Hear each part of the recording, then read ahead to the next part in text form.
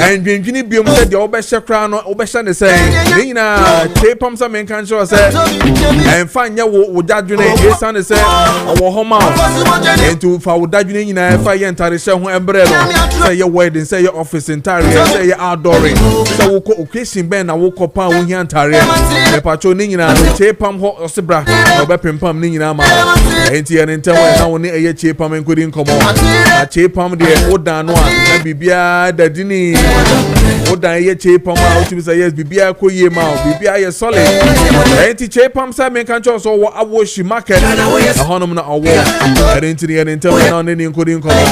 The numbers in here 0206837738 0206837738. Now we need a chepam indi and come on. Obebo yepa. A chepam.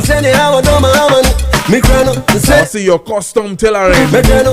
Ain't you now we need chepam indi come on. We can do. And it be be say your office entire there. And it be be shako pan there. I be chop prise. I can say atare ɛhyɛ wo yɛ kɔ yie pa ne nyinaa ɛyɛ cheap your custom tailoring 020-683-7738 any cheap enti ɛne ntam na ne no enkodi enkomo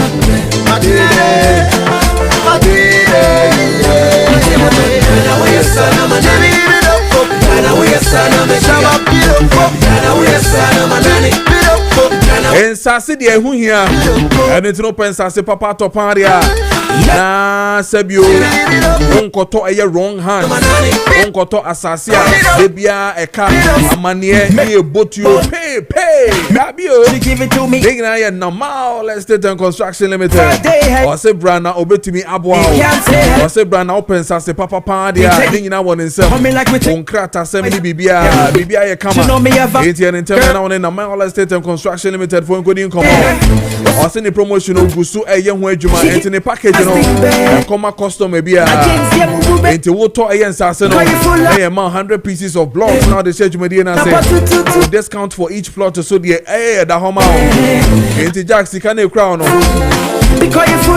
now so do ka go di Easter enti ka ko bom pa chowa ko hu eye na normal estate and construction limited for why now no mundi nkomo na mbebo na ja asase to ho asase na bi go amasama do waka so teacher mante dentra kotoku fanchene ko ho nyina asase ni go ho enti en ntem amasama obey ye forest ho no na office no ewo enti en ntem na woni omonkodi nkomo from on 0205-051525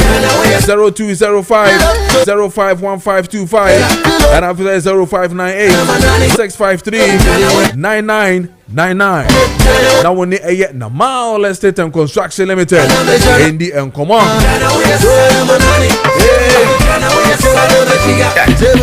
And it is 7:51 in the studios of Kessben 92.9. Meeting Adaman Sanson for Kojo Preko Dankwa.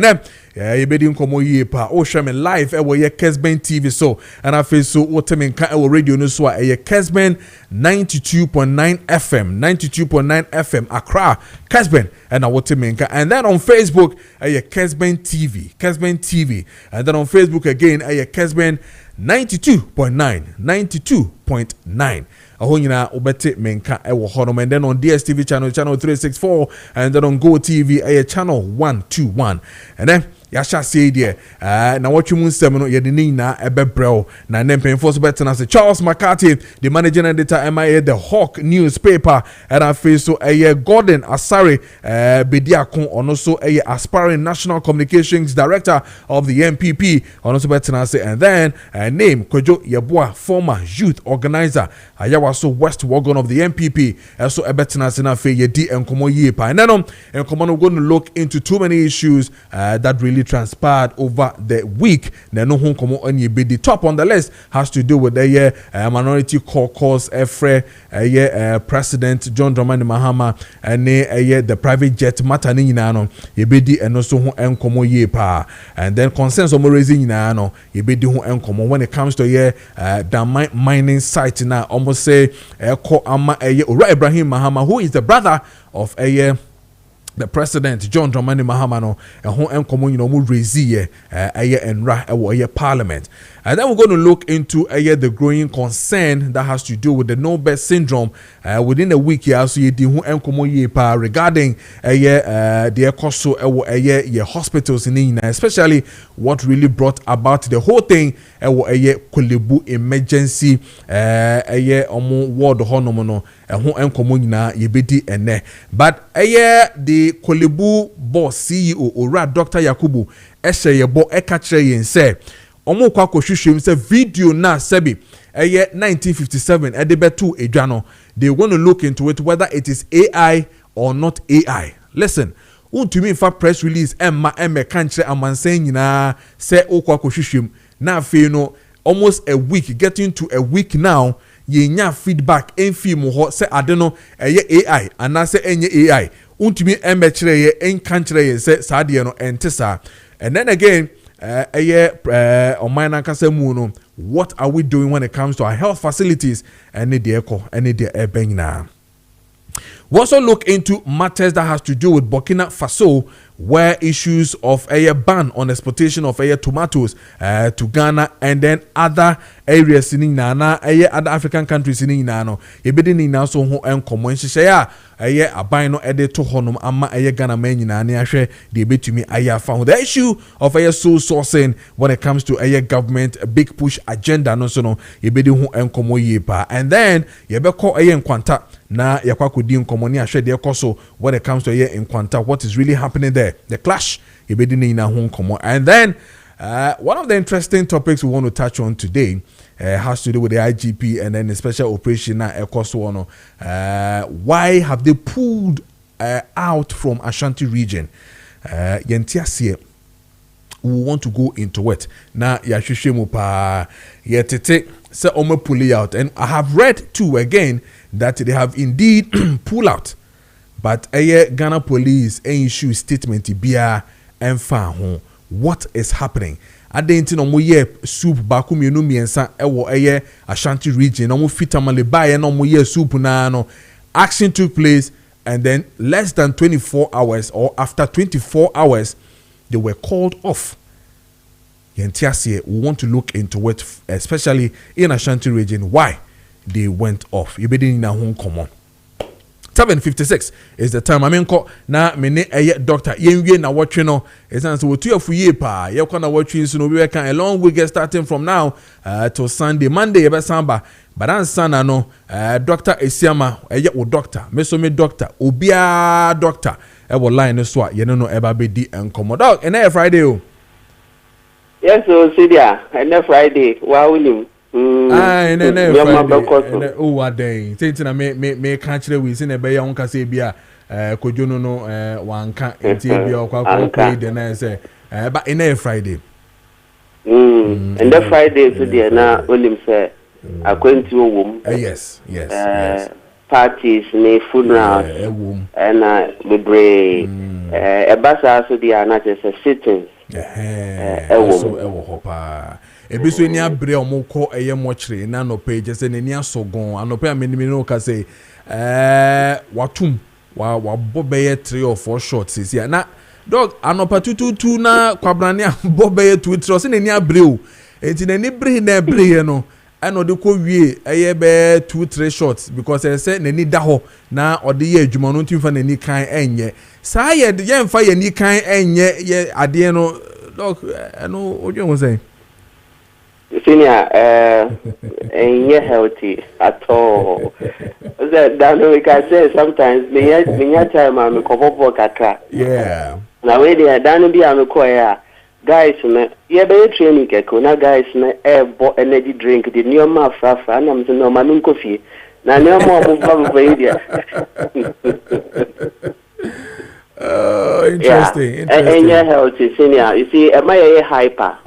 And the hyperness no the more why it is any we juma but enchen was ambre. But are you also aware say bebre na so no ye bobo weekend na omukogu wan so maba no maba park. Oh yes, that blade no sometimes it me chow or park so. Yeah bro. Or to be too short no that bejina park no so into no I say or fan say a booster. Should we see it as such? Yeah, Omobayan giddy sa and Tisano start here. Giddy within some few minutes, hours, both and what they number for. And bones at some point now it be niwa now wire lethargic, now so wire mere. Yeah.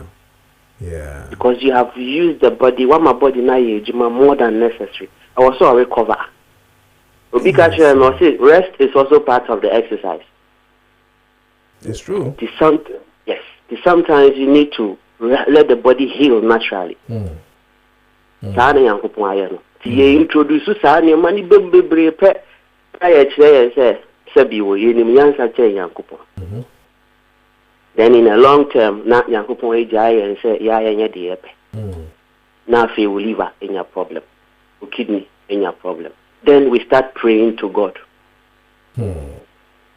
It's the orchestrators, the decorators, and then the originators of most of your conditions. And this comes from your lifestyle. And time cry kum. And the kwakoye. No account and senior. I don't know your casana dorsal because some of the cases maybe you are a practitioner there, but we have to make sure say at then na nipa no tena wa man do sa stage way. Body now money in kaya na you be young one or two advice be based on the corny body name. All these are part of the things are kidney, liver, cases, akoma problems, in mo yare stomach ulcer, need the can na e cost because of your kasa lifestyle. Oh, my child. They will not hear born. Make a home, Mebra, Okaho. You victims. Because one way or the other, Obe yourself, so relax. Sometimes Obe the animal abonte. All these are high. Your man was saying, say, so to me and enjoy animal way, because it's part of us here. Then get something a bit Kenya or live on our body naturally. Or no one can say ye is a money in a frame. Now I so what so now one man yet they be a very good friend be a said yeah every day for the past 4 years they be a and body. Wow. Every day, Monday to Sunday. And opo ejuma 5:30 pe. Now I am penalty ania. 5:30 body in the catcher and say no, one may say routine be. Amodia na koye sa routine no. See abribiano is always intoxicated. And recently we just did a check. We say when you have stage 2 kidney disease, liver and also or you fatty liver disease or stage 3, which is scary. Yes. But it's interesting. Like on na mo ina so on tissue. On tissue. That is it. Until you feel say you okay until say a boy at all. Until say you feel say body ni bibi. And in Brazil, you know how part of the world you check up. Yeah. You check up until say you are serious and say no crown sometimes you are call pharmacy ni akoto edrobe na ya no na ama pains na conform them you feel say you want to.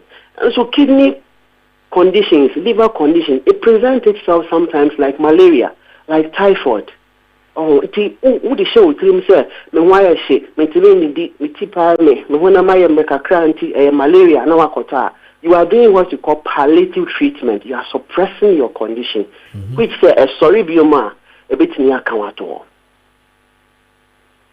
Your lifestyle ni mura ye fra no eno na high and titru e wo mo say ya rate me badie and so sometimes young kasa yet me so touch na ade asane ye hwehwe yare no so away ni akwakofa na de ngaba yes so de wono de wudi de ekọ woni pediam empo de wudi sra these days we cry me who young guys na your gym no we are inserting a lot of steroids.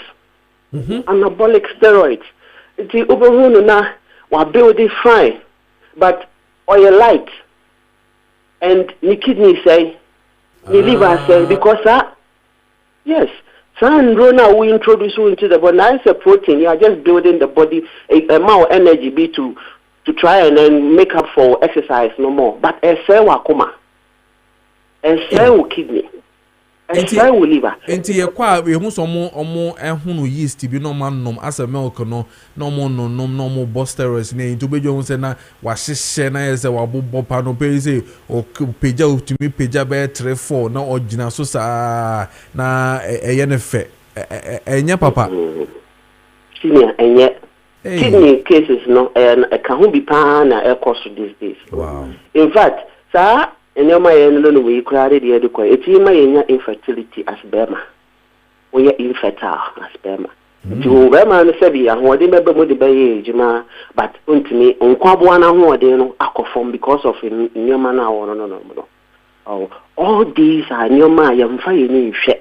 Then all the time when you have problems, say your name muscle, your phone, your cashier, your baby, then we tend to say, Obi na ye and baby. Meanwhile, then it's our lifestyle. Yeah. In your man, in showing me, and would like a kaboom, in like a kafra, be combinations, I would draw foundations, I would draw to answer your building, Diana Gassan. You know, Kahuna, my neck. Kidney cases arising, liver cases arising, akoma cases, hypertension, cardiovascular disease, diabetes arising these days. Yeah, lifestyle, senior. Yeah, lifestyle. See for see what they Kai. So one kasana my body. You are the master of your own body. You are what you eat. It will show when you go out. Smoking idea. We are young until the body has that proliferation ability to me and one can repair no. At stage will come on to me, yes, sir. Then we need more than age. Yeah. Okay. Dog, what can some of me machine no creatina me pesa uchile bibia C4C mo sentence ni wono say ye nam hwe wadamfo idi out the example yi say onam we until say wo che no chinchina che ye test and say ye hu say na ekoso ewo obi beka ye fun ebo 5 maye onim de ekoso obi enim de ekoso wo mu no sefata say ye ba ye be check ni tempe ya se ne be ya se bibi kura na to chema ye be ne ntem ye mra hefa ne hefa mimi say de me wakra eni nti no be me den. Very good. Senior enye de kra denta SDA junction no kra samna waka no maniaje because idea ye nye check up. And it is a check up. You don't have your money be a building term. Na in Africa, you believe say you who are na yam share. Tiwan ha na no kure kunyan term. Pacho better say obe hu de course na a guide what the obey. The only kwan say oye. Conditions ni bebre wa reversible. You betting ya reversible. Myself, C4C, Cape Coast, Green Hill, opposite Addison Square Garden. I'm gonna order being so branch Kessia Pound. Kumase, you want a Jusso, Kwamo, Jache Junction. Accra had ye, this will be a Denta SDA Junction. Branches Nina start from Monday, you could see Saturday, 7 a.m. on the doors near started to 5 p.m. Myself, treatment plan, a holistic. Make sure say your baseline investigation, your scan, actually organs ni na hu de semato ebi ni mu a ya kire de wo say we ya emma problem bi ambem we a ye kenyan organ no ama no ankasa naturally ahele no ho say eye liver problem, eye hypertension, eye condition bi a doctor to dey acha now per se hu de cause wo ni pedia ni pacho bomodi ana brasi for liver specialist hospital kai say liver to so dey aba no free o man India pacho edro no e kenyan obrabo ma wo obrabo ni to bi di ni juma ye emre ma ye kwa ma ye nkyerɛkyerɛ mu de brabo no ye nanso kakra na ya te no ye hu se brabo no e wo juma bebre ye mani pedia no tin so bomodi ana ma wo san ka Liverton, your special delivery will be our Obiano. It's bro free. If you are place order more than one bottle per head, be our special discount. So, for more than a phone number in a fre 24/7. You better also 050 00 40 331 050 00 40 331 and now 050 00 40 328 050 0040 328 C4C Liver Specialist Hospital. Yeah. So brebo won kwanti kai national so the gendro needy treatment plans needy tina bribia kase once treated forever treated senior anope me da se bebre yankopon ka ho Obamfo no crew nyina ho na ondom ye next week so. All right. Nana, yada see ye pa ye ne doctor Esiama and no Edin come from C4C Liver Specialist Hospital Limited. Efa ye health segment wo Kessben Maakye so na wo ete ye no. Eno ntino kan hunu se dani den nyina edwada kosi efiada de ye health segment no ye de be brought to you by C4C Liver Specialist Limited. And ye no mo edi enkomo no 9 minutes into 8 a.m. Senamri kan and Penfo Betana for ye D and Komo Yepa and Penfo Charles McCarthy, managing editor of the Hawk newspaper, and Professor Gordon Asari Bediakon, aspiring national communications director of the MPP, and also Betana for Kujoy about former youth organizer the MPP Ayawaso West Wagon, and also Betana for ye din Komono Ashishasu Yepa. And then, like I said, no, we'll talk about too many issues, Burkina Bay and the tomatoes and what Ghana is doing, should be doing, and why, if we have failed in dealing with some of these matters. And then again, we'll look into the sole sourcing controversy that has to do with government, and then the big push agenda. And also, and the Minority Caucus takes on President Mahama and the use of a private jet, raising other issues regarding the diamond mining site. And then we'll look at the public concern, growing concern that has to do with the no birth syndrome. No, so no, and also so therefore, and then common ano dini pa intimenko baby bia and then like I asked, you ever call the Ashanti region to check why the Black Maria the police force nanka omo Appiah special operations the Ashanti region. We understand less than 24 hours or after 24 hours they've been withdrawn from the Ashanti region. Is it true that you omo efi honomana DSP Jalil ono eka hubi bawa and ulidi the Black Maria? I think they were from the northern region and then they entered into the Ashanti region, and then we understand said they did almost about the police soup, almost about 19 people were arrested. Omoko the popular place called the Tinka the Ashanti region ananka operation Kwana Ekoswo to really take on drug dealers and mukra illegal arms in Yinano san communio mu edi hu enkomono Yinano police has not issued any statement yet concerning this particular thing, but people are saying politics we'll look at those matters too. But my yenko na yenko di enkomo enfa what I find at the front page of Daily Guide, which is sad, that is happening. 5 dead in Nkwanta clashes. Police reinforced security in Nkwanta. This has to do with Nkwanta clashes in Ashasi Biono Oti region. That is where it is in Nkwanta South Municipality area, in the Oti region, and Ashasi Biono. Now, in November 2023, then we came to January to June in 2025, erupted again. Masanto kwai esan shase biom violent clashes shase biom again with the same ethnic issues na, and then it started again this year, January 2026 esan shase as we speak. Today is Friday, March 27th. Esan koso nipa 5 and a sebi omefi mame kwa humane so na ye correspondent or OT region to be specific in Nkwanta hon mending komone nji update what is really happening in Nkwanta sisia nana kwesi line so ye no ending komana na me mo ache mo akwa baba Kessben TV so na face Kessben 92.9 boy enkomo is it true say nipenum sebi omahwe omonkwa due to this clashes ekoso Nkwanta nana yo bino bemba mpacho no kwepa se nya wodi kan edito na tiefo ne ahwefo ene me no sa papepe na tie Nkwanta South me chemu Oti region ha o she me she asedia na be se kika ko bosomo ni na assignment mu wate atimi amane ho me so atade esi 2020 2025 mpempe 2026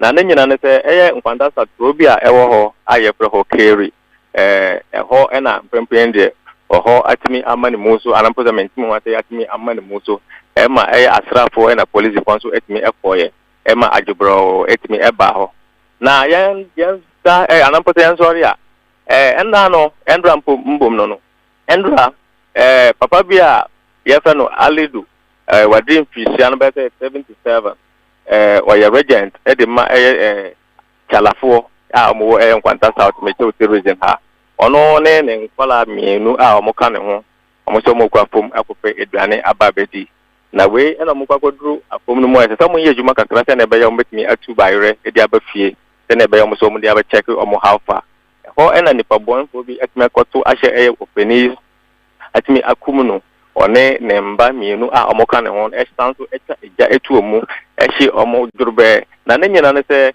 mentim ho se ya etimi ema no so asase ho ena sa traps etwe ye wa adelefo wa ha ye wa 24 anso na chalafo na ne nyina se jam festival a 24 no celebrate each and every year no eno basabasa ena timi amane mu so every years na udikan abubo ye ne nyina na mbo mpenifo etimi ye omo omatimi abomo mbodi pa ma asumdwe etimi ebaye na ne nyina mu kura no na better 1 week in Pokrani. The Mesha said, better 1 week in Pokrani and National Peace Council, and Regional Security Council, and Municipal Security Council, no Munina, Mubu Pimo, Nkwanta South. Almost first I him for Mr. Adela for him for Epoy, actually the Fonso I him for Epoy, Sansona Air Talafo I him for Etmi Epoy, Sanson as Tutu, Omunyam, Dominium, Ebeto Aki, Ombaqua, almost and Casum, give it to me, I unity, Nkwanta South.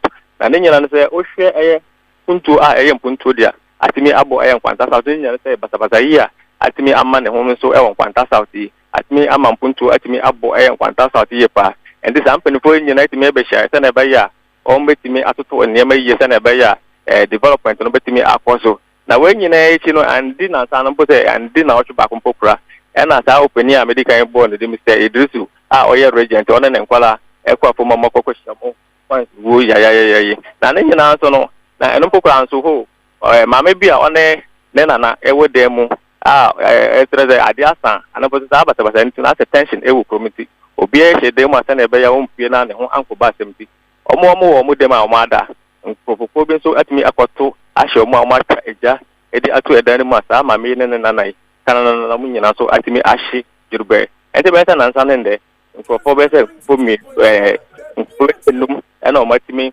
atwa na nanmo wansia do asanso ahye jurube na ndada impokura America no na ntokwa no eda to ejira mu bema bia no nso owo ho na information kura ye nya na se ye MT a Nkwanta South a ono nkasa no nua kuma kura profo bi nso asakoto ahye no so a omo abo no tu ndada nso ono so atimi afrumu ya menua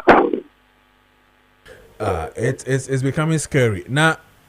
Many come what's happening with security? In as much as we know the police is reinforcing security, how come all these deaths are happening and yet Syrians are is there a curfew? Are they putting in some measures? The municipality, what is really happening? Yo, menu anka o share curfew no da na curfew no 8 o'clock but omotimi ama curfew no so before na that clash we better see no omotimi ama so akopie mu 10 o'clock. Nambo bebia sa complete yankasa ewo no nanka yezizi se Nkwanta de nka yanka ho ba nkofo no amo disantu twasem no se woko wafo ma etere se enhyeda nsi ewo kroma nkasa anampo se adesa na omo ya de omo disa twasem enti implement the security presence no de security the lot of security men omo wa ground omo so omo bua se ya tumje betimi aba nambo so mo hu se security omo anampo so omo nya ntia se security for no ewo this location no mo so o ma fa akipura na mo so ma kodi bone esanse babia ya sa twasemi kwaso no asa outskirts from town ankasa instead of nick from bush nti san kwafo no mo na mwura mu na o mo di san twasemi nti astrafo no police fo no de o mo ha mo ehwese asumdwe kan betimi ama ne mu so Nkwanta South na mbo o hwa ya scary pa because obi ewo ne dem na watime kwatwa eja tumu dia na o hwa na entwa yiye nti we nyina no ye ne police fo so edin kombo no o mo say omuguzo mo ye investigation say na be yo bia ne ho be bon sa ntemi we nyina mo no omo de no be gina mbe na ne menua Yate say a MCE ewoye Nkwanta South municipality, if I'm right. Minim ni din there, but we hear say ne brother so ho aka ewo saa clashes here kwayampana. But I no kwepa no kwe. Na MCE owo Nkwanta South and din di Joseph Kwame Award Bukari. Joseph Kwame Entry Award Bukari. Ono ankasa ne nua kumakura oyo mo last born. Ono so ne ho akakama empempe mene wo kata yi. Wachana na num ewansiado. Ooh. On only the is he saying is he wo enwura musa na say eba ne saying na medical kan no ahu baby omo te no ono ni baby ane bra no wo ono baby wo no ase ho eba enwura kakra na wo hwe anampoto ko social media there was a threat anampoto threat bi e wo ha omo gusu we threat say MC awon Nkwanta South na fe regional minister na fe Appiah ono so ewo ye constituency ha popoko bi bo mo so bo se omo na mo sta aki na at press me koso enti omo edi strong warning edi ema sa nkofo ise so man hwe ya bibi betimi ato omo enti anya nwanwa kora se enada ye mbesori a na MC ne nwa kuma bibi sa atimi ato no menua. Wow. Very unfortunate. So, as we speak, the issues that are really going on is here, and the police don't want Ajim, Ora Joseph Kwame Entry, who is the municipal chief executive in Ajim. But have you guys heard from the MP of the area? Depende ya enti wa mkanyi na ya nyantomo omonkanye ya nyantomo kanye. But and now police for na strafo no mo ye operations no omonsa atimi aka for be say enumbia omutu say omota express me achinti mpempe amene ka say omo police custody police for so egusu ye investigation say na be ya obdom be jira brananim. Now I can see Yabeba Hobio to pick up update on what is really happening in Nkwanta how no na fe hu de koyeda siepa say woni edi enkomo. All right. So, Nana Kwesi, who is our correspondent at OT region, to be precise, in Nkwanta South area, Honum, where clashes, are started at Honum. Like I said, in November 2023, we had them on this particular same issues. Now, January to June, thereabout in 2025, sign Eman Husubium and Afes to January, assign Asha that has to do with ethnic clashes. ACCC in Nkwanta South Municipality Honminity region. The man said it is all about land ownership, chieftaincy issues, and I face traditional festival celebrations be a kokoso honomono and a kofa sanse na aba ma sebi yenuanom ehwe omonkwan. So it has been confirmed say the MCE or they Joseph Kwame Entry a while ne brother so ehu aka amasebi on also media when it comes to this clashes. So it tells you say you're too deep where it is going, I know dini pa yebedi hu enkomo ye pa. Charles McCarthy at Nase yebesha say with him. I think Charles said when it comes to a year in Nkwanta, it is not just about school, but I'm saying ufi ho. I'm in Vera. Oh, okay. Uncho Mike ne me Vera. Ufi area ho. And I san school ho. Me otini me ko school or just kind. Aha, because this was the just kind thing that me who say. Before ne fa Nkwanta kra na eba. Tama na asukoko kwa na enya no. Ti ududa ma no wafa Nkwanta sa abidru just kind. Enti menim Nkwanta yi. I'm chatting for chat. Our question maybe so cry. I come in. I'm chatting for chat. Omojoso. Exactly what is happening? Sabi, a reduce soon, but Nkwanta Nyansan. A simple issue. Some Kessben, but politicians are not bold enough to stamp their authority. Intimin can quench the factions. It's as simple as that. You think crying high. What was I say on crying? And then just say, and crying phone to me, a mamma or my sassy so. Yes, Anity. Yentiaro and crying phone can't just see, or won't declare a whole month of no noise and what I'm almost as a cry. Very good. Do you say what assassin in Tino? Assassin your wood dear and Tino, on penny more money as I don't know. Do you say that? That is the issue. Actually, the phone are no more assassin. Is it Nkwanta there were 3 major tribes. Actually, Adele, Ena, Chalafo. These are the people. But the main I need actually first, followed by Adele and Chala. Chalafo no eto asasu actually for no. Do you get it? And he said, I feel so not today for so more by performing on festival, Mozo Kum Grandma in Nazifo, Mosimum Pecram into the Momo yet sad the no Masasi so. That is the old thing. Sanity. I know. The long and short of some Koso on Quantana and my bone tia mount. Oh, that is all. Enuntinu so momom pene momom meje festival no e wo momo assases ba bia motre momom nye but there is a park esisi omoye sade no so o se wato asase na fini hontino eye wo diant o mane nye see e wo that is all. It's all about ye be si hene ye be na ontimi se hene oto asase fi obi wa nipa no ntimi se hene na sa die we be court sa die we na politicians share as if we don't know what is it. This is the issue from bia wo Nkwanta de bia me mate for me do matem me say ndimo ma ko school awie ya be do be mo adunya. You still look at this thing happening to you because they are intermarried. Actually, near worry chala ni worry we they are related sa no moto into we no ma mini ne papa like that na mo kumo ho over nothing. Does it like we can leaders start war sometimes for fun? We for fun because Nkwanta as I saying you are not even fighting over ownership of the land. Festival.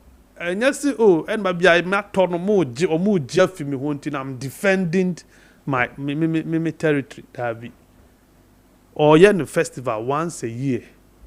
O se matasa se na fini hunting. Me man in your festival. Why you me my own be kunsa and cramani na se for on where I bought from you. No, that portion is mine. So me, the landowner, you bought a land from me. Yeah. Ama sisi ano what is so we there opesa we and I me so me what sa festival like de bia media and na beto asase na me didi da enye sa me didi da na obeto asase ni fi me nchen obeto nyina na me di ma de da fe ni bia na me di afi de obeto asase na wo se o ma me na asase na me teso na me ma yi bia ma pone ho ama wo no o ma me ndi sa afashe no. That is all. Wow.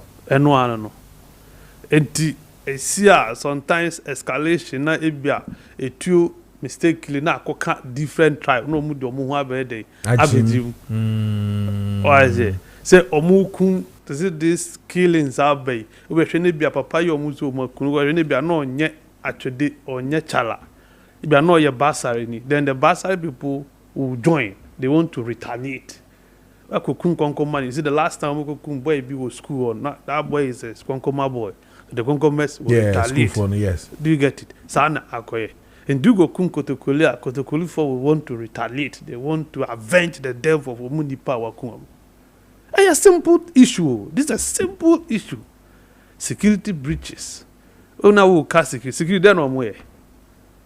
You just have to do enforcement. When you're peacekeeping, you are enforcing it. You see, my Biama Amamu results. Over the 1994 Konkoma Nanumba, the popular Guinea fowl war, Konkoma Nanumba Dagumba Gunjes, 94 travel up to 96. Omudi soldier phone police phone kogu crash. Do you know what they did? 3 a.m. Ube sorry no. Na soldier phone ni jina uda no. Small. Once you identify yourself as Konkoma, you identify yourself as Gonja, you are dead. Police and that is how come they were able to quench that fight. And contact deal with this is how they need to pump sense into their brains. Asa, we must soldier for nko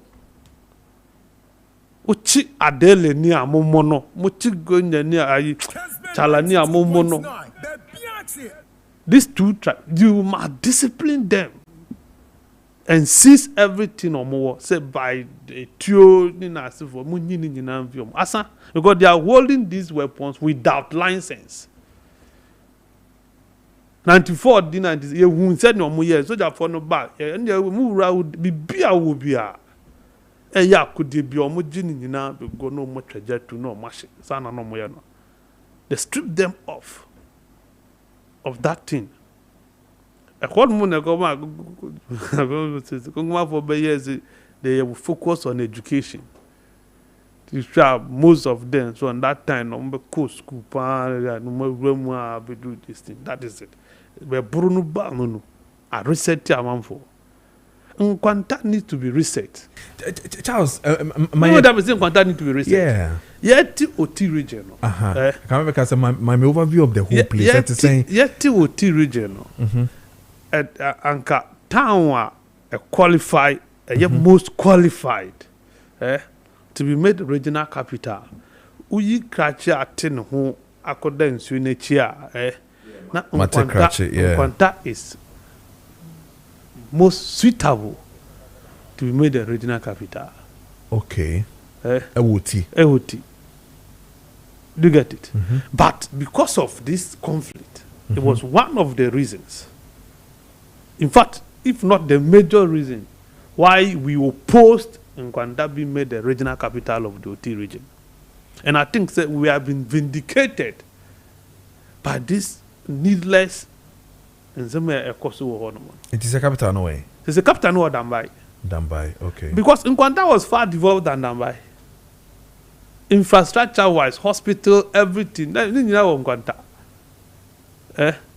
And Nema facilities actually here by Dambai. Nkwanta had a hospital, a functional hospital, proper hospital near Nkwanta hospital. Do you get it? Dambai didn't have. Dambai had just a clinic.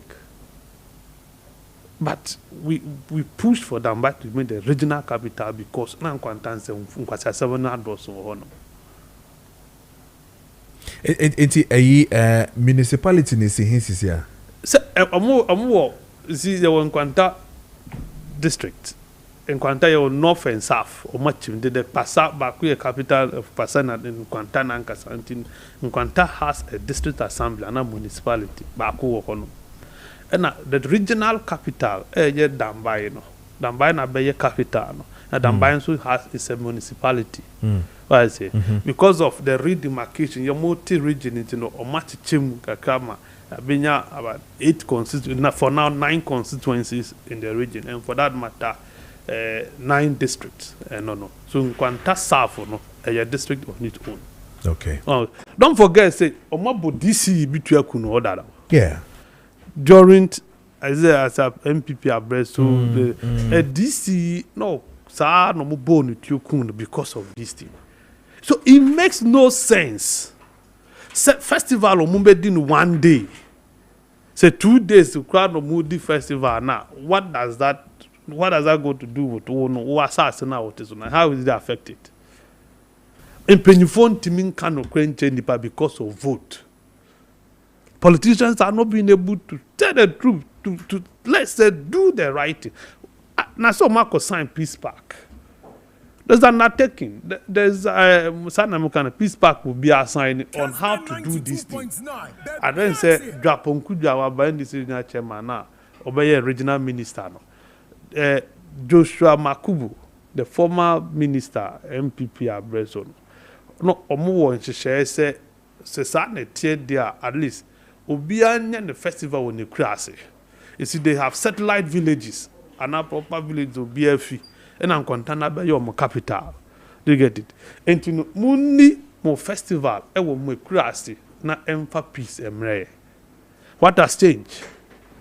What is it? Yen kanu kre, ze be kanu kra che yen ho a. Senior asema me kan yi.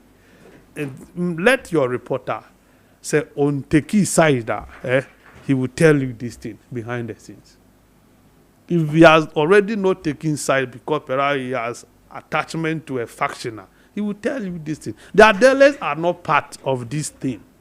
It is the Charles and actually no Mutri Manson. And the Manson is groups now one like you see the Charles are small. Okay. But educated. Minority. But educated. Educated. Okay. Well educated. Then the Achodes among the doors. The Achodes and the Adeles are more. Okay. Sanity. But this is a minority group of mobile, like mobile transia, we no matter or more. Because the language, you know, say Obi Adele and you know can the casa Achode Betty. Okay. They are all ones. Okay. Do you get it? Okay. Wait to casa. That is how it is. Sanity. And you know, I don't see why we not many kwado because of sa way a festival anti na ma treat you makobo kwado kuno. What will I get from it? Can you imagine? And we must look in the eyes of people and tell them the truth. It's a mu Jimmy. But be a more Jimmy doing a year full stop. Yes, so that for them we among two missiles.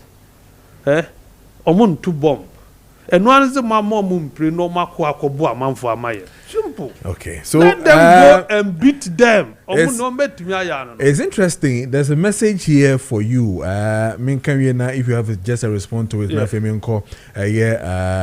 Susie Heba or say, good morning.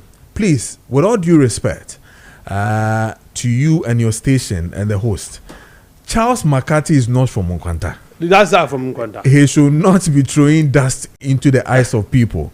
He will escalate the issues if he sits there and deceive the public. Do your own research before you allow someone to come and fool the situation. Did I say I am from Nkwanta? You the one sending the message. I think it's Thomas. Yes. Thomas, I never said I've come from Nkwanta. I am neither Achode, Chala, or Adele. But I know Nkwanta maybe perhaps before you were born. What I said, bring the issue. What is the issue? Contrary to what I have said. If I am misinforming, tell us what the issue is. Is it not true? Say Chala photo asasi wa Achode for. Is that not the case? No. Between Charles and Achode, who are the original owners? Nkwanta.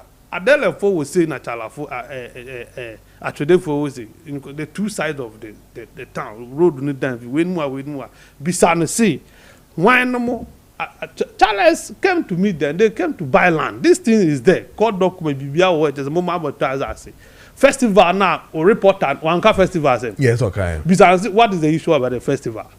Say Chala Ford festival no mukum nkramai. Let Thomas tell last say it is not true.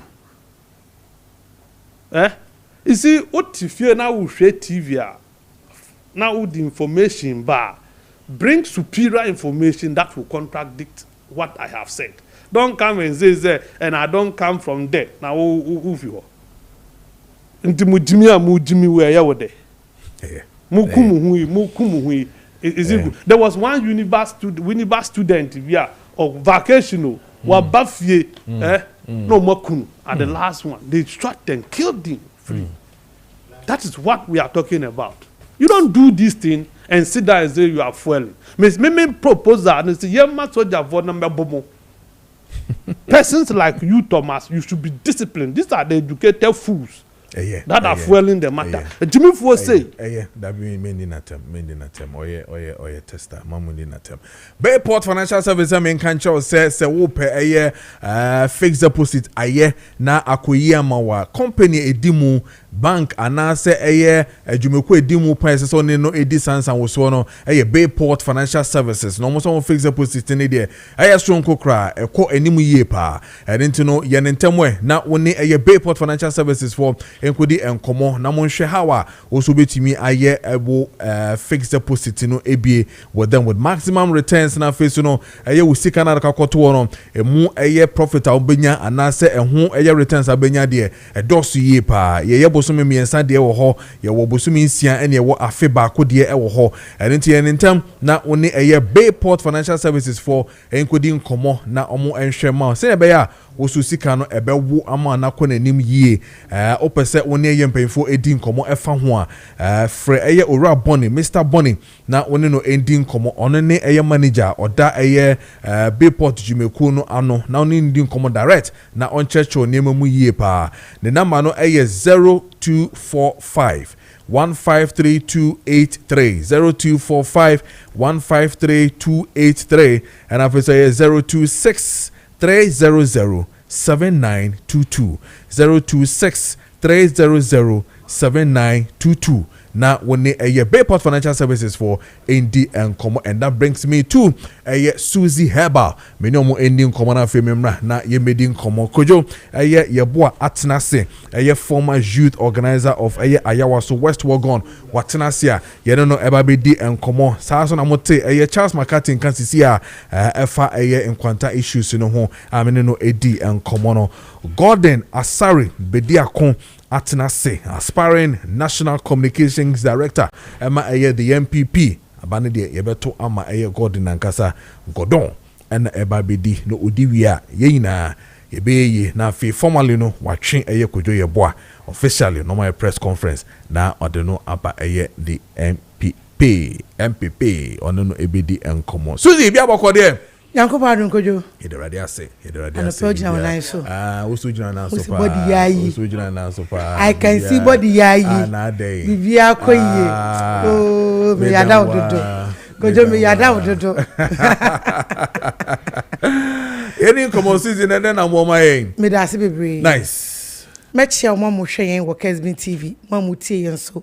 E wo Kessben radio me mama che. Good morning. And ne obakuya almost my better here. And ya me try to say ya. No mama beti so because meaning the Yankopon na me so ye edema wo man no. Meaning the Yankopon na me so ye magana fo ene ebibremu fo nyina. It can say onam Susie Heba so. Ene di sibinuro abebaze. Ene sibinuro no ensa ye nyawe. Ena dansi dia eba ho edo so. Na eye nwanwa ebra dwene ntiase so it me bana me tse say ya na makenka mi shoulders no na hunu yo na emum de nyame ayenti me sro me dofo me wesisi yes matia for waso ene wani femme ene se anopa me ba ya me nante se etiawa me be ka yenu no ho asem na kirew no nie CB men capsules nie me wo CB women capsules wa hase no mo ena me wo CB soup na mamenka CB men nche da bia se we meka nkofo nya me bisa ena nkofo nya yeka etimi so da bia me address this issue obi so ba kwa every day yare ba ko pe wa kan wasam sa se madoni sa na me so bibisa say ye ba wi ase kan nya me ba ko wasam kire ye asesa na ye nya me foforo bia kan ho ana da bi eno na kire wo say ne ye no kura bia no ensesa da ya sha adro ya se radi Nyankopon say yemfa wensa gonorrhea yare wo memamu yemfa nsa syphilis wo memamu sexual dysfunction e wo memamu se be ma wa ye mre otimi bo adwuma yemfa nsa eno awrade mesesa na no awrade me ye review awrade me kan foforo bi anka ho enti se ye bia ba ne ye to ho adura mesrew ye do nsesa yare no niesa eye gonorrhea eno de metimi di mitia to sekan so ato bet aka akireo eye tatashe very sharp adura no nam na ebo adwuma physically eyedu papa eno na sa gonorrhea trodo abibidro a eyi yare ni firi wo honwu mo brade sa wo sunti ya ne mana hoden e ma ne bo adwuma etimi nua be ma wutie me bibia wo wa wo hweme wo what test ana wunya signs and symptoms so wanya gonorrhea ana syphilis enkrofo kala media ya etiti omun wakwa tibi awura ne drawson eya sit at one place zip no yensusum biebie na ha adwen wonum sibi na ho towa sit at one place for to see fako zip no mane ya adwen ba bi ba ko pe embebe rough e wo different locations ahu be shi dodo etim srawo wonum sibi no na wo twu ho firi chinchiri no so kakra sa obanum aduro na wie yare ne beko later na wasan akote da bia na wo num aduro sare nyame ye ma wo da mi tufu tie me we say unua ba ne me etimi pa cha wa tie de me ka kire wi sit at one place na afa num sibi men na wan kasa wo de dance die beba se yare ne ye wa nia wo behu nie bo so be ma mbeta akeka wo pa honu mana nsa gugu ho na nso fifiri mu ba afa ojo nso na mu hyehyew ko final stage na ebe ye okojo to no afa etimi fon shrink fon ye ketwa kane na eso na aye ketwa mesrawo adura wo be no na aboa wo na atu na se eye sibimen ekomoje ni mu blood stream ni mu ekum virus yare mori woni nyina afri mu na afa eye herba na ye organic ninti ani padue ni hia no na a repair tissues ni cells mo no ye ma e break it down na ntumi ansan fifiri foforo na asanse na wuwu ne bia deda aye ma ntumi mfanshe ye no na sama ni nyina ba na abo adwuma na ni padue na nyina ho de back wasan agina so tisekane no entu be hu se ojo so na be ma mu hyehye no hwew na ekọ ensane nyina na ekọ afi ayemre na ekọ wayemre wo mpam no kireben ujina so te se wo wa ya bo na ba wo jina ni dua so bo adwuma se konkomafo agyan no me pacho waduro ye sibimen ko na ye ne sa ema obi faduro bi ndada wo ye be ma no pa bi yimienu anwumre no wo yimienu e organic e natural e pure Ghanaian ni ho bibia ya African wo as African man African man yesi be ma na numadura enwo no enye se yaudi o ya Daniel sem no ade adura eyenwu ne sabe ma yawe eye uni padue ye emfefrema de enye ma be ma ade ekeka mu anwu no ebo wusisi ho ban ma enti we ye ne capsules ntine nyu no kra no wonte unu mienu anopa wadi de awie wanu mienu anwumre bra wo kwakoda obajo nso fine emu ya wo ya emu hyehye okekawo ensagu hu na waya mewutimi nso wutumi na usisi ya wo ya wachika sai moja ni ntimi nantiye alacha se mi fia ba ifu aborome ufia ba ifu ni ba bia wote wabre ipadua na gene num sibi men na beboa wo ya numbers aba screen so medofo fa na ya afreyen yare bia tetew ha wo yare bia adi wunya che yare bia wakwa enko wanu minu wo mpane wanantenante bi mukura de bibidro ibi de enye ya bebu bi kwa wanu ma wanu ne de nasa ko yare foforo de abrewo eti misrew Ghana nie wo de ani sibi Ghana ni be ma wo de ye sibi men oba mintwa wunyaye awrade adom osi ye kamema ho enka wenye yie ayese positive and negative no ni nyina ye adwuma bom enti mi pa wo chew wo de nie wo so ye de haban ni nubuna ni nuaba enuenti na ye wo de se de ye mema de no a na ase we no agisi ahu oba hormone bema de so se ahu bema hormone na ye active na ye adwuma etu ye oba na no bema de a enya wo hwi ba enya adwuma bema so no oba de asa eno so enye bibia adwuma na enye enti me nua ba wo de CB women ukwadwam na wudi dwa na sequence ni bika enfa nkoto drink carbonated drink ene ntofe kogufti ozen kola ni enyale yale fokoto CB men ni CB women na nije beba mankola so didi ye CB women ye ma oba won so owe infections ma wasitimi kikawo oba hu zensa agu ho na wo kyerɛkyerɛ ho kra tumi bie basa na naba yimfe de nenye afi na mama wa excuses fa obema o pel kane o ya tutu krofo anim a chesi wo frɛw kof soroba owram ba kokoba ya no wa for me busy body wo ba frɛ ni bi online pa o cha tena take me o mfiu adan oba ho nani anye oba wei na de be che obi aka so obi si oh na mom relationship lead to marriage no kwan be so na mo faaye si bi kwan so na mo faaye ebi so mom be the relationship and mo build marriage no cement be na mo use ye sibi cement ni din ye fe ni sibi ka wo koto bi oba nanom na ebe yi wo infection nyina se wonya kwayi o de poa wonya chlamydia yi bi syphilis gonorrhea white money ade ebetu nase me se me kai se me nua ba bi o ya akwala 20 years o oba me nche ase o de bia me kana me bokra from me na afa me ho keka me ne huna nyina pro ada yo so ko o manes ni bi ye ne test ya o se wonya syphilis wonya gonorrhea wonya o de poa na me se na ba ko fo tumi nya san yale we nyina bom won susu so bi na aba odwe na bibi na eyo me mpa spiritual se na so san de nko me hu ye kamedesha spiritual me bo shake na me so se wan we asi bi kwantu mi sa ampa shas yes onum 3 days time na do na start work na de na begu bebre won ho ofrem no twakere me rade na time na me se koso nom 4 days 5 days na ni nyina hye afa 7 days ko na ne ho start itwane ene hu na wani baji keke oba papa bi kayare ase no syphilis o gonorrhea o de po o ene ye ne sa wo de ni nru akiri sa beto bi nanom wonum sibi women be yi infection afiri ho obu nsa emaye bu nsa wa ya si twa o we na beboa o ebe ma won so ache enka ne beko bibia be firi ho be ye oba esima me pa ache oba wunya miscarriages wate nka ateko wo di be ma hye ne nso na ba be se ko Appiah bonten entimi nwram na ye ba ama o me nua ba sibi women beboa o osi akwa na esi awode na no ebeboa o mesra ehokora wodie ne mu kama eyi infection ni free mum me wate nkaba wanije o ankasa na be frefra gro e de ba fiam wani age sibi women oba wo so yimienu anopa udidi wi a enwumre no yimienu me anopa menum tea me de na me di kokọ aje mpampa me de mensa na etie de mu aduru na ma hwe me wacha bi na ma hwe jollof banku anopa ise mi kwei me kotra me mutu ne nkatenkwane akokoso me wi na ma yi me sibi mienu na ma bo ene na ma me hwan den me duru ha me di mirika ene eba meta so ba kwe wanu aduane me numa dupa me numa do say African woman me didi as an African woman na fried rice we na indomie na hwan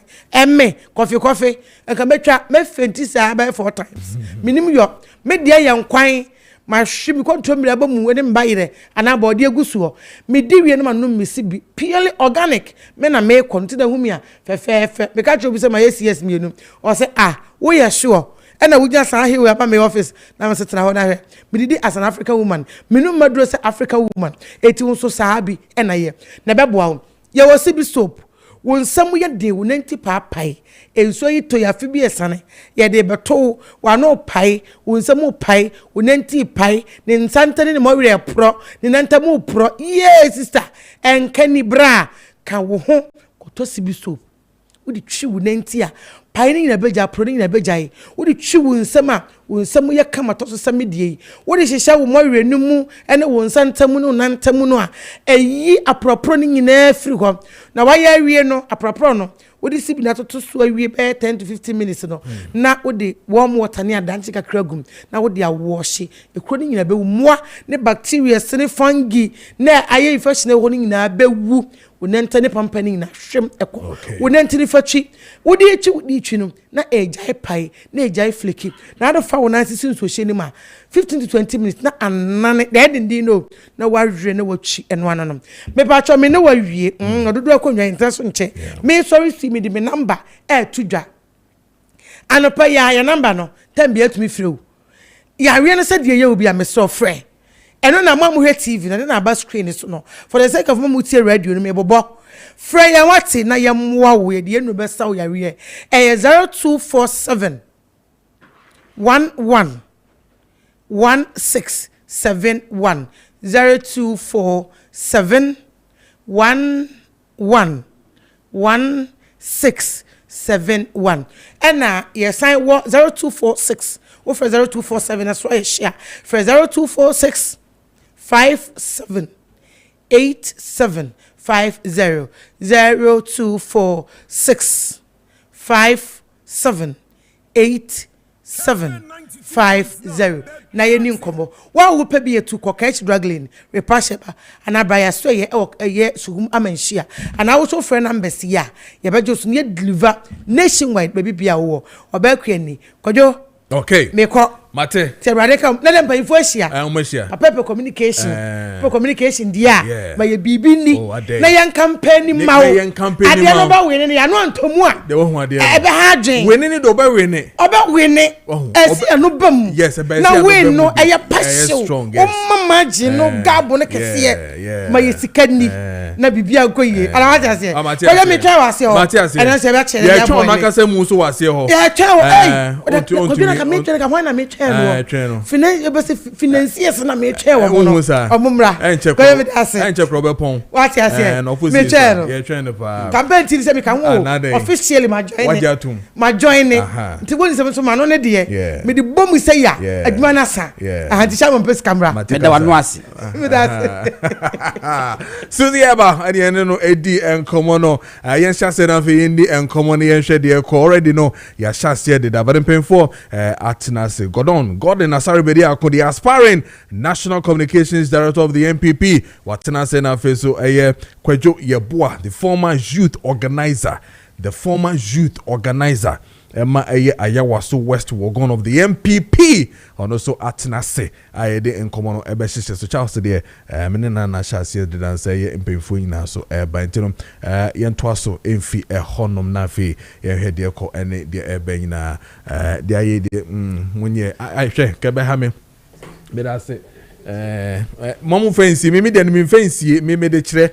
I could just say the old do we see and one maso. Obi am here one advert them this as a child odi su in chain miss me dey see me in chain yes miss me dey see me camera na is picking all the time as a child say they need the see na m1 or they see news in it or they see we news in it but you should be transparent studio one face out dey do ya dance wa so what is the na odi see yes odi see action speaks louder than words you did na mo yo ya take us dey pa bayo who that Gora we have a cordial. I mean, I'm Yadum, and what they were. So, come up jeans, notice, shoulders, no, muzzles, no more. May Miss one. Now, with the message, and then a year, me, Reverend Daughter Joyce Rosalind. Aye, okay. And then the birthday, okay. What the 80 years? Oh wow, radiation. Nah, and there will be a yika birthday party. Okay. Away. ICGC, or facility be what teshi. Okay. A hona a war.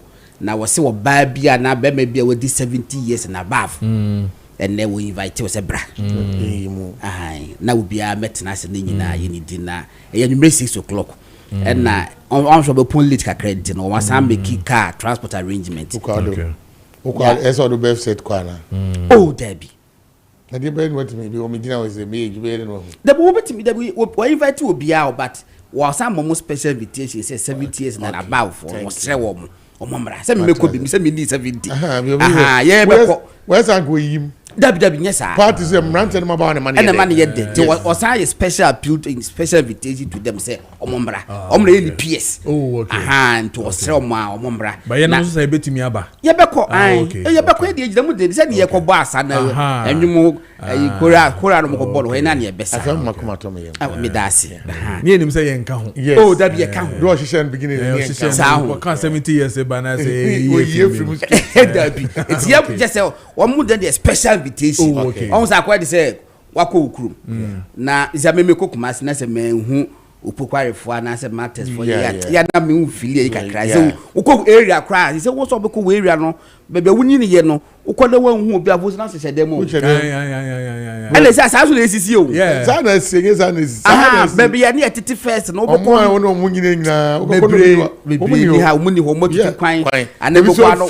Ah, so akotena outskirts kakra nti wo him PS na kakra na wani age na mesrew yeah registration so NPP registration koso online by ntama to be na ba form nti no say that we kind no kojo de menene nkasa menene ni bia because e den ya me bomb person me say na ba NPP exactly it means that mponi ni because me hia no me bomb person still na NDC ho enye na kono emma won't me associate himself with NDC because NDC ho ye na kono a nkoko obo beka say a member of the NDC ba ho nye na kono ntina MPP ni di ni ye ye no tetem bia no kasa o use ye di ni say foreman ma nyima no na we anu nyima no I will say MPP no me ba so oba ene be ma ware a oba ne be ma ware a na se wo use mesesa se bia mesesa sa be di akon ya me fa sa ba na so mu jaya years later we obeyed after 10 years what that's what me use mesesa sa be di akon.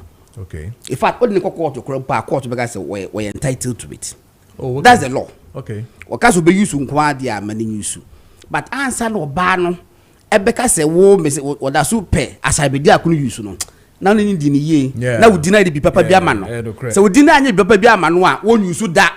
Wa ko fa abna boache wa na ade ato so. MPP na di ni ye. Enter tem bia no da so ka say mo fa foreman no. Enti na communication director na sese edema ono. Amen. Wa kasa ma atoni pasum. Kesa wasi to ma kodwo ho akire ne kaka. Ama kodwo ahu se kodwo da so PMPP. What so PMPP? But is e bia mpadi nipa ni nkomo kese. Ye bedo me nshase ma me no nshase na ye ni. Akwa banana mama. Akwa banana mama no. Ade so wunya no. Wese be yi ano kakra. Obi on mo ti won mo beko. Obeka se NPP ni wan di ni yi. Edumre bi na Kufuado na do na NPP. No mo peme. Achi me. The nation security per match me. Meanwhile, another be the president. We make us something in the idea. But another a mamu and before by yen another no. Ye di mo ko trebi pa. Meba NPP. NPP a me bre ho no. Man nyam one city na man nyam two city. And man nyam wo bia. Media na say na ye match me because of omo person pa be kan okre. Sa party we nkrofo we be NPP party we to catch up. Maybe atwam omo pani ko for time. One of the best party in West Africa. Na na do babaji here even the whole West Africa. Wo pe party ananya e be lead here. And the man do ni nyina atwe ne ho. And na metima catch we say se betima ko back. Et say na omo pani ko for time na. This be a system we do e be film. E bi no twe omo ho ana say nyame nyagopon to ne safre bia. Ebi you to say. Etina me see ye. It be onya was NDC na be de ho bobo omo na die. Emu ohwam. Ene ka se be NDC ni ye. Ene ka se respect. You see yana last me. Ene mo ka so ye NDC. Onya PPP ni. Obi timi ye special assistant to me ba obi ye special assistant to minister. NPP time. Wo friend on fa test na wo fi. Ene omampani John Dramani mama e tede ma metima test no obema me reply na wo do execute sound for we ya special yanko na yanto aso e wo honom yom herbal lotion se men kan cho se wo pre eye herbal lotion pa abo ma o pain netumi akopa de na eye yom herbal lotion stomach cramps na face so eye sciatica pains from stroke and I feel so eye pains e female muscle tension and face overuse muscles you know e pa chowa obetumi ene eye deals generation for edin komo na wakakwaji yom herbal lotion ni bi na betimi aboa pa wo nerve problems na face so stress and emotional strain nyina no me pacho ni nyina no onkwaji eye yom herbal lotion ni bi na ebeboa ewo pharmacy and I face so ewo eye herbal shop bia won sabe kabi de hiane se wo to adro na kete be eye powerful pa na wo de atwitwi o se fatwitwi wo de twitwi a sa pains ni nyina no ebeti akọ ama bibia etumi akọ ye ama deals generation enterprise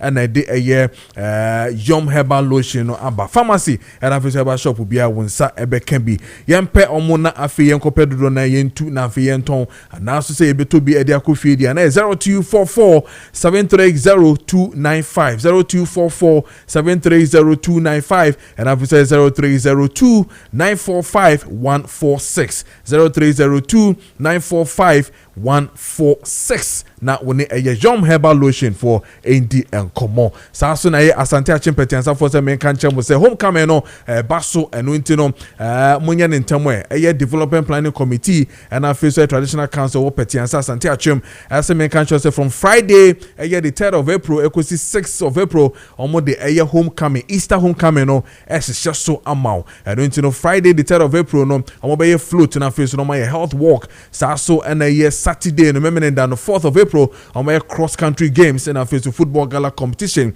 bebaso. And then on the 5th of April, which is Sunday, on my musical concert by churches, and face to health talk bekoso. Now Monday 26th of April 2026, Jabo Nankasa ebekoso the Grand Deba.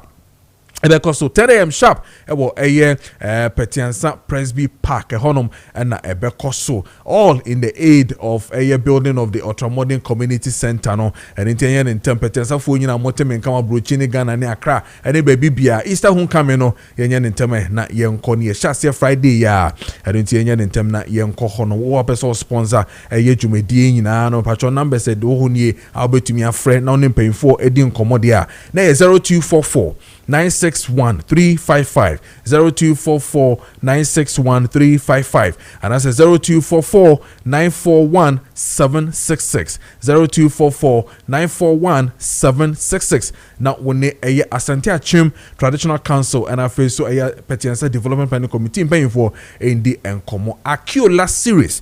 Ya papa Akiola series the candidate and the sponsors and you know yanentemwe na unyomo enkodi enkomo kojo mameda won shase na remember Gordon ho they shoes that has to do with President Mahama and a private jet if ni nua ho a o use a minority caucus say the ekoso ne de and some fata conflict of interest ewom and you know say ehwehwemu yie pa sansem wo mo raise no 8 minutes yodia na fe menko Gordon asarbedi akọ se menfa kwanya so me chetie for ni ahwefo etoda na tasi me time tina o kan 8 minutes ma hwe no 9-4 intina atiefo mfa bi nka me ho edu sa no ma majabi oda bi akwadwe de o ma 8 o ma 5 no atibi ato na me ncha me ami nua ma Charles McCarthy then incoming National Communication Officer, yes, NPP. Papa. And my brother, Unyama ni begin so betimi so nya. Obenya. And adwuma no so di woni ye. Why ye adwuma no bi communication. And on kwanye na de ma tina. Oni do be da but onim kasa rough. And me ade me pay won ho ne say, won se bi no preposition answer de na omo ye no. When talk about ne wo ho. Won support the course and I be we want this one of the idea no so be near upon so kotoko house no be dia groni ade when you so dey be meow woman akwanya na ndi woni pa ti ade american say yakopon kan no guide me manager ni yes that man say yakopon en kan no guide no nya bibia kopim say mran be so be to man bebre what man say and I won say kofo bebre aye bebre hu ofi pa o in politics baby edu ko jo opposition na mo be mo to abama obi a so mo to abama obi a sabi nya do wunya ne ho asem nke fi bia ni no eno ye number 1 obi ho ne mo a ne ho fi no de ne ba wo betime dware ne yapon e program na pon what ma say bi agi grofo sika di o ena se grofo bitimi hu e bi pe the same position na wo pe no ye the position ni mo campaign time wo mo ye biloni o mo wia grofo agi grofo sika once a short time o man pani kan say grofo wire fi asemtem me mo mo refi grofo wia grofo sika grofo fa grofo sika beto da we isle go ni ade o mo say pe position wia ne ma sa ne ma wo nyina mo nkuchiri nyina mo fa so grofo no what ma say modin what ma say ya bebu oni bebu etimi nua de ene nnam de me obu ade nyina ebu ye hu de be guide akop campaign so be yama no me say NPP for no so de at least omo nim de so on be make sure some be guide no na omo amoso mo bibi omo nsem no na mo famra na mo meboa campaign national campaign constituency campaign kura kodwom ko be mienu miensa e wa ya waso so gon enya de kete be wie no announcing na ai popra na national de me say na some mo me nua no kodwo woni bibi minority me say me nua minority fo omo nya ye me ya me former me fie dada mu ngrofo omo no do so me nya sure say independent bi mpo fremu na bibi sa ba akokura no kan won odwane ko minority nti no NPP for no gwa no do so but the mechanism say assembly ba na so person mo kan at least we opposition there won shede ne adwuma bi ade ama wo bibi nim say na obeka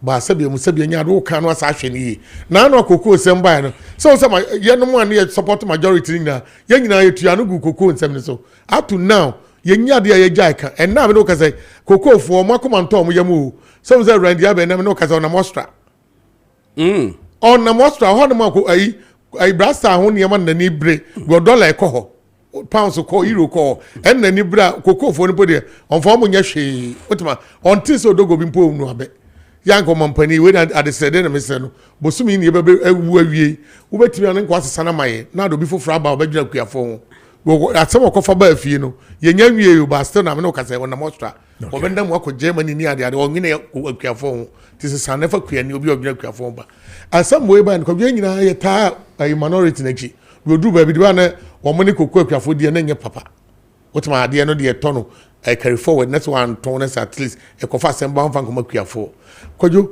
na wei die adabraka minority for do bia party mpe ba power wo ebi en 40 years later na bibia no ba power correct but so person ba power dey say wo ye oni ema nyina ba bia papa no no aka ba bia nye papa no aka no obi a onama bonto nkrofoi wo moteto ni ema dey wo ye wo ni ema na man disi ba kakasie mu sa no when disi kone na dini shedanye de sa nkrofo kan sam guo mo so ba mutimi koye etoto wo ni ema yie timi baaye kwajo emre bi atwam na ye plane ni hoyi o mampani tukwaya nanado no high bi anameboa no de ko 1 hour na ese na was $15,000 anameboa per hour sanet nti wo how many hours na odi ansa na waba nyanko pa ya dum ya to aba wi obi foforo aba be di o mampani wo ba ye plane na hoyi mo minimum nyina ni se plane no na nsia na Kofi France ba ne ho nya den sa eni ahoden sa it at least who sum kwadu anu asum bode na anu ya na me no hiti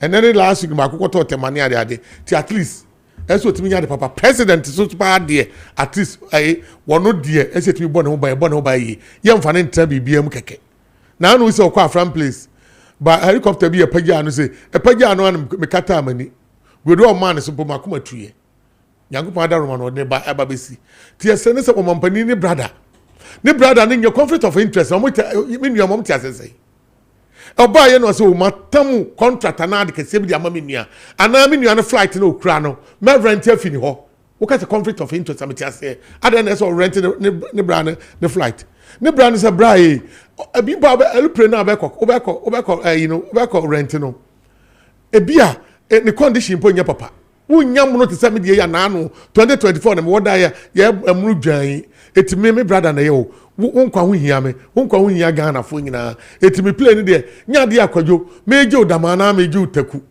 aifu na de begum no ane ekwa aba bia be land no e ho no kaka cry be bo no e no pe na eso man tua ba bia be ko bia be to use kwadwo we ede bone na ho eti the conflict of interest e wo hefa na se Ibrahim Ahmad dina na nkrofo person bete eno ana nkrofo ya se da bi Ibrahim Ahmad no so ye de ade ne dia no ene ye ntiase na we minority asade we mu dendende na no de na do high no we no 1 hour 15,000 per hour no wo calculate wo kono so di 1 week a mo check scale ko mu papa idi a wo koi wo kwa wo moka baako wo moka 1 cedi wo moka 2 cedi fu ani ade gum ni keke Ghana ni mi na odi kum enti bede na sabia nyaado ene matimi akoyi me semi ni opposition for NPP for omunya de be fe omukasa mo obiti abonti no otia obeti uchechi asem we mu chakwala akra obekasa eti mo person aka na mpa o man ne bo ana sa ka na mo person o man ne bo no ene mo ya na mo amu nipa foreign minister me ne wo kasa na o so o magana bi afede o pewe resident permit na wa tran US what man say so kwajo at the end of the day adie na NPP for hwehwe enti mo person o man ne boka it makes some boka basa e de ka free 120 e ko 720 billion ko 700 plus billion sa na mo pe na wo mampani bi aba wose me dia me nyane sa nyankopa ado me nua kokoto eti na no na otumfo so won so otumfo pa fly plane no kwajo otumfo won na no de mount of the land eti otumfo de so ye de so de South Africa otumfo so ntiahwe ne de na ne fu e kakra ne niema landing we na de kwa ni program waba wo ko no so ne nkrofo nyina de wo koye wo boka obeboka kese abrantes ma to brand new wo ba na be stem kwa de be ma me ne wo kase for otumfo de ntu nche yo wo mo leaders kojo mami 1-2 weeks o mo akobusa flight no I play no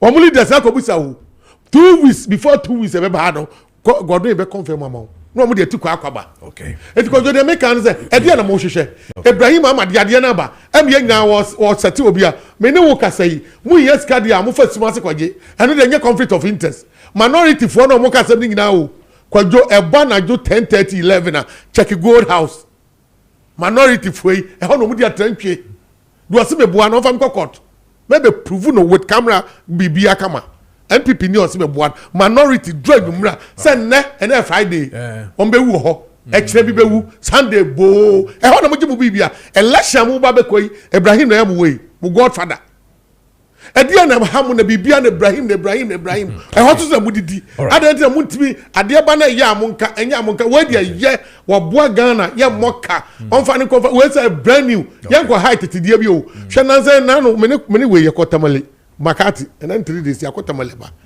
ba ku bi ade kokwajo only God o want me see and want me mfro would obey call round Psalms and tie be wu kwase sabe e kwase wo say se me ma bo me hu we se me pa sa mfidie mi enu mi ense wo Ghana se me fru bi pa de na je mi wom na o mo de ma fro na se me tin kwa me mfru bi mu da kopim se benye obi amande aba ana bia metima ka che jata Ibrahim so the old one bia mpesam ko we timi ya mo fa ma me fu and me se betua apart from the sancrophone no way ya be bo nyame yadom asuru na yade nyame yadom esru ne de nyame yadom mame nko god it be say Ghana for say yes sre Ghana for so mampani ni brother akotobia mumiam shenim kura so onto dodo na enye dem famra na be boa ma no but I say ayekojo ye bona motene in Canada Gordon I mean to you on this issue of conflict of interest John Mahama private jets Ibrahim Mahama's issues well kojo now we announcement we say patrons yes omo ye homecoming what we feel bia ko no bia ko de krum no ko gine ni na ho kakra so mra ho na local economy no we be can lubricate no enti men invite nkofo bebre so mra menhia south okay nyame aduma Easter Monday menhia south MP for menhia na naje ba for we lawyer okay what bibia be say fe ni soluku Soluku festival enti ye kotwi enti what the teten and enko yes ye kotwi ankasa na enura me hu se MP ba ko NDC MP ba ko enya na Sanche regional minister there Soluku ya no or they say me hu social media say eyi na me se MP ba ko fe no say do you comfort do you ana one ko say no poro no so encourage obi a say obi anko na ja wonko Soluku ni bi enti bebia wu free bia no ye bi ho na de ho asim what I said that local economy no kakra atimi abeni panse na koju kan say muko tamale o sina ade entimi mfro entimi nsi wo so de use propellers nti ade bi no wo so na etwa no hu se ya na ebi aye meda enye enfa manyame asem ehu what I say the koju kan he is very right because when we nyame nyame say what the usunsu e first work e first say uso say wo bewu eto it now beto near my God to thee now just say wo to adisa but you see koju and no kan ye say ehu ye nti na no bi de say okuje to ablakwa me ye very much disappointed in him say o mampanya Akufo Addo akọ United Nations General Assembly ama o matu New York o mba Ghana yes I didn't mean nko plane twan hu we mu sa about 20 times okay said answer no metimesi because say o mo fele tank na entimi gi say fuel le burning answer na watimi dey si form enti so mu twom ho New York san so sa about 20 times said on be burning fuel answer na because na engine ba ko asay answer the fuel a plane na ba be si form e dan na asase mi say na black wa ho bio na wo hotel bi mi sa hotel minim ho ba me mudin ablakwa ho no mo ka che ne say asema ato president no ye busa ablakwa am so that wo ye no kwa no be ka no kure ni yamu se ne say asema esi de ehu efiri ho na o mampanya Akufo Addo wan fa sa plane bi cause ono so se be we nipa enti o mampanyin akwantuo mu se be ye be ma no ade bia kama obekwa abadie of priority to us mesi krom ha ene cars kama bebrebe na ema no use no ya mo nkwohwe mu kunum cars mo use agese mo fa agese be ma wagimi ena ne car battery nye wode be ma na yere se won fa ko baabi abra car papa oholo ma battery ne ye enti president die enka bibia kama na mom ye no masem ena amna babedu baby edri me were different ayi kakra efa Ibrahim Mahama play na wade ma President Mahama no ye bi mo ka conflict of interest because say da mama nsi wo say ye da ma Ibrahim dadade da ma ye da ma no nya ayi ba ya President Mahama ba o da ma no me no ka say last week ye what the machines akoda man mines. It's not true. Oh please, it is true, but I can show it to what you. the machines call but mo na mo approve. And true, Debbie. And you true. And you President Mahama, Tio. Evidence no wo. Say Capre and this the MP the man Ibrahim Mahama and compare that babe this week ye. This week ye environmental minister friend say forestry minister Kofi Bua. Lands and natural resources. Obeka na bonten say afro ba be tender. Say can people the man wa ke be afro be tender. And you true, ye fa man. Last year April, Felix Kwacho Fosu, government spokesperson, at the bar bonten say Dama mines no almost had the ama what company near year na bev effort today 1 man 1 year extra. And until this year April, I didn't end there no the Ghanaian company. Etimu be na that will be say MPP and ye dia no Emma Ibrahim Mahama and you true. Ade almost a year ya ne say then minister Abujinapo eka say letter of no objection. Say mu betime di ho nkomo. Sa na tie o. Enu kwa na mrani che say mu di nkomo na after 1 year nkomo ne ense mo antima ansan contractor. Sa letter of no objection no e mut I spy. Etinya MPP na demand no. The maker send this na demand ne say I don't know ebe end this year April. But last week Ibrahim Mahama special assistant Rafik Mahama at the pictures the videos e won social media they akire yen say so woni nyina I say Ibrahim Mahama contract no there was no contract please no there what somebody should show me the contract. I'll show you. You don't have it.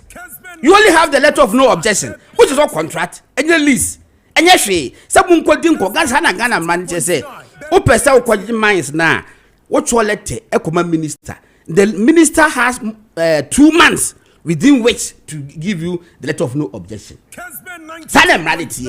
It 2 months no Abujinapo say okay munkodi nkomo no and only ministry pole di nkomo no mummienu say 2 bodies munkodi munkomo when you arrive at amicable year and one matter take decision and omanti man wie so there was no contract. Seka contract all man say na ka start enye. But last week, Rafik Mahama, yeah, was yes special stand to Ibrahim Mahama. At the videos and pictures, at the write up account who say, Sanya Mabenino, Ibrahim Mahama EMP at the Dama mines, and is going to invest so and so amount of money. And Yamina Metroy, no evidence. No, Nami Busame who say, one what the kind Eden in Yamako, ya walk a year Jumano. A fay na Musambabe open tender. Tender bay for who? Is it possible say you be a tender? I'm a different company. Aba winning ana. Is it possible? It is never possible because Oman Penny Mahama at the Dama mines na I'm a EMP. Media me say plain no say okay, so quick one. Yes. It was 3 days ago that Rafik Mahama added to ni page, Facebook, and the headline is EMP plans $1.2 billion investment in Damai and Takwa mines, dispatches 30 heavy duty equipment to site. And it says that Engineers and Planners Company Limited is planning to invest approximately $1.2 billion into 8 Takwa and Daman mines. As part of efforts to strengthen operation and expand capacity, the indigenous mining firm has dispatched 30 semi-knockdown Caterpillar 785D dump truck units into to its operational base in Takwa. EMP's investment in heavy-duty mining equipment dates back to 2002, and then they said in 2018 the company committed an estimated of $650 million to its operations in Takwa and Daman mines, with plans to further invest around 1.2 billion in Takwa and Daman mines. Okay, it is tell me the mechanic working. Yes, so difference behind him. Now, shall let me your manager of Goldfields, dated 17th April 2025. Main kankesi was a Daman money lease extension. Was it, dear colleagues? This note is to inform you that our application for the extension of the Daman mine money lease, which expires on April 18th, 2026, has been rejected. Okay. Tintin wa ha. Metra for the amount. But me that can member me question because the most important one was say has been rejected. Where ye letter dated 12 April 2025. Who was the president at 12 April 2025? Was it Kufuado? And Mahama. And the President Mahama. And now then I expire. And now that go for extension. But President Mahama said there be about 1 year extension. 1 year extension expires next month. Ye or the money near Ibrahim Mahama EMP and one on. And now Rafiki was confirm say the machines akoguho kojo. Last week, this week, you and the minister, this week, and the Kofi Bua, at the crata about say, or take steps about pin tender, competitive tender. Quadru, baby, a year kodo, baby, a kodo is after the papa for Yakubusa do betting will better say, we better say. Now, what do a papa for go home at the Mazagula was at it? Why? Are we not sure that they already have a mining? They are. Is that not what they are contractors? Yes. We are contractors. For gold fields. We are contractors for gold fields mining. That is not an investment. They are contractors. That is not an investment in the mines. Okay, so this one is also from a GH1 TV, almost social media handle. 12 minutes ago, approval of acquisition of the mines by engineers and planners was granted by former land minister Samuel Abujinapo in March 2024. Where is the letter? No, they should bring the letter. Letter of no objection. Letter of no objection. Now what Becca said, letter of no objection. It means say minister no I'm a grantee list now you bodamuni. You are a madman. Say letter of no objection. She nyame fa samba. O le me mo ha krompudi. Come football team. E wo ho kotoko wo hwin. Otumfo betaka se obi a obetimi aton. Na emom no CEO na wo ho no opeso oton company mo obi a o meka che otumfo ansa. Na otumfo nka se obetimi astart di nkombo. Na emom no memambuso minsia. Mo start di nkombo na se asem nsi ya. Enkombo na mesi mo nkodi no. Masaje maade. Wo taka che otumfo so otumfo aton kotoko. Sanetie. Okay. Letter of no objection does not amount to sale. Okay. Any lease, any acquisition, any merger. So this at the headline. They should produce the letter. I'm telling you, sir, if you are able to prove, sir, there's any other letter, beside letter of no objection now. I will apologize here. Prove it before you close. It's a media may say, because he has a misery. Hey, say President Mahama, or you see Ibrahim Mahama flight no, when you saw that man minds what the Bemano. Oh, you saw when you saw what the Bemano. And for me, even the conflict of interest will put that even arise.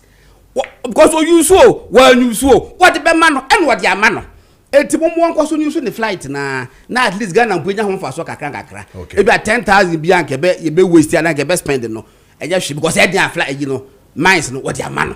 That's the conflict of interest. But look, anyhow you look at it, what you saw when you saw what the man, and that is the history. All right. No on the whole, and what dear you man, you know, in box site. No one president after losing an election, December 26th. Mobile come on China for the negotiation. I say. After losing an election, what the man in here? It's a many problem. China for the negotiation. I won't put in your body. I won't put in your body. Don't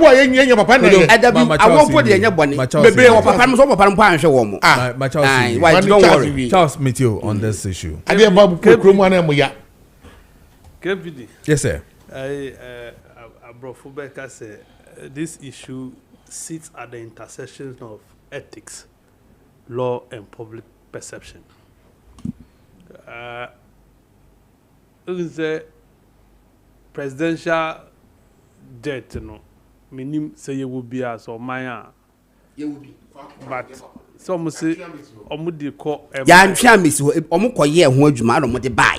Because I train there, so I say, I say, what the catch now, would you France, Bano, not a Chicago, money.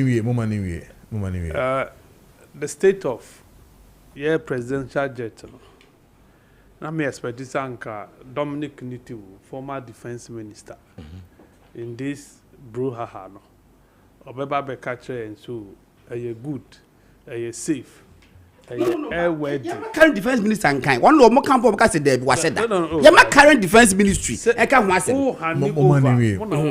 over what did you hand over? Okay, let me tell you what they handed over. I know what they handed over, so let me tell you. Money where Obusa question. Obusa question, I mean say education. When be say rhetorical question. Obusa why? Me beside Maakye for ni ma hwefo. Abraham san wa. Answer make answer no Abraham san wa there. Money years me so to say that depend. So what the church will see from. What the church will see from. Depend. Flight no more MPP be no. Now it was due for maintenance. France. And omo de call yes. Omo de call March. Onimpa. And I that no busa. Omo de call March 2025. And the back Ghana November 2025. After say I call the service navy. That's the status of the flight. Mate Gordon man into us. Okay. Na wo ho. Ena na obi high bi.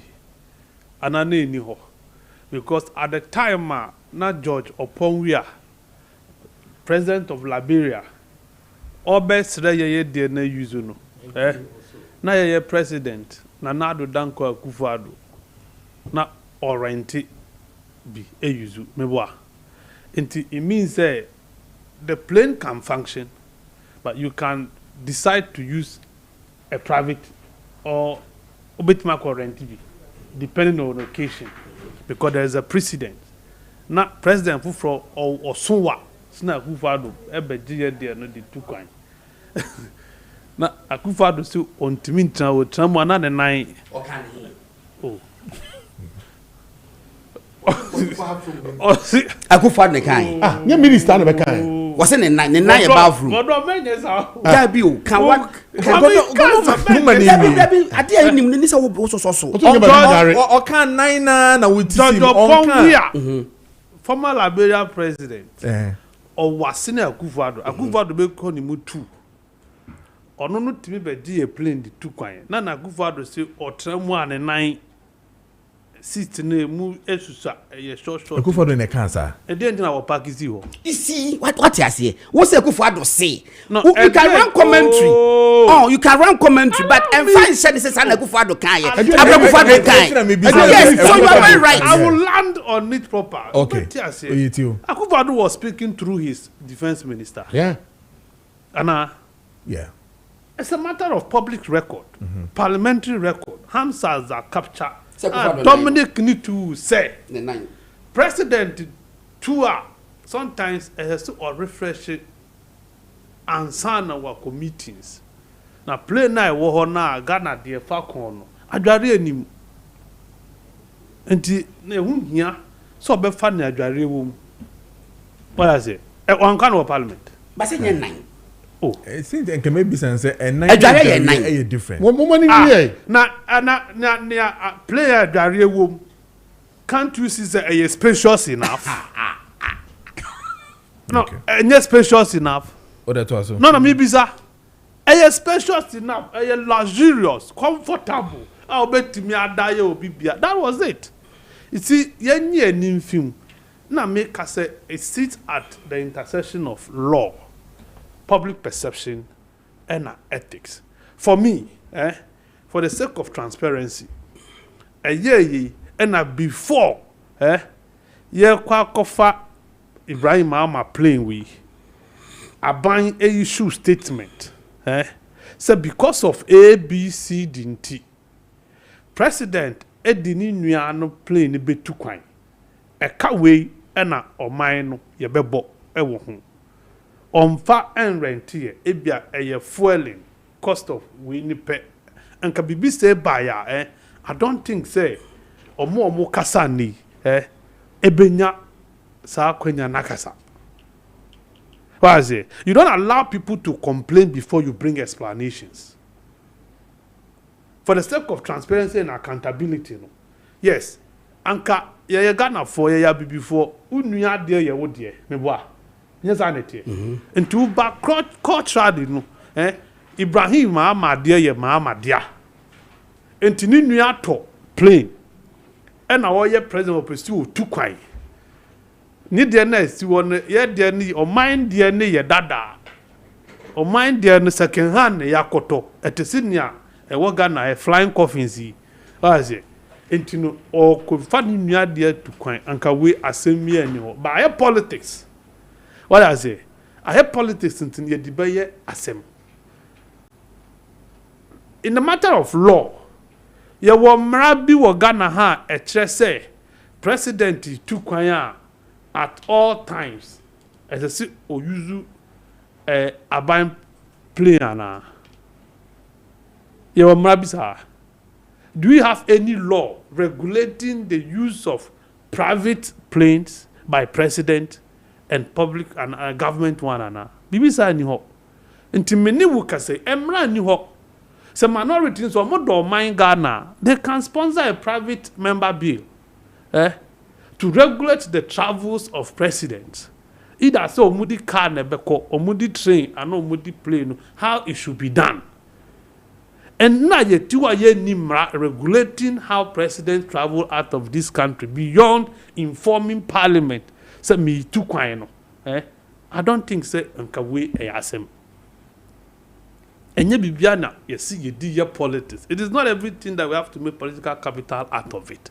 Until for me, yes, oppositioner on nya bibia nka no, like straw men, they want to clutch on anything.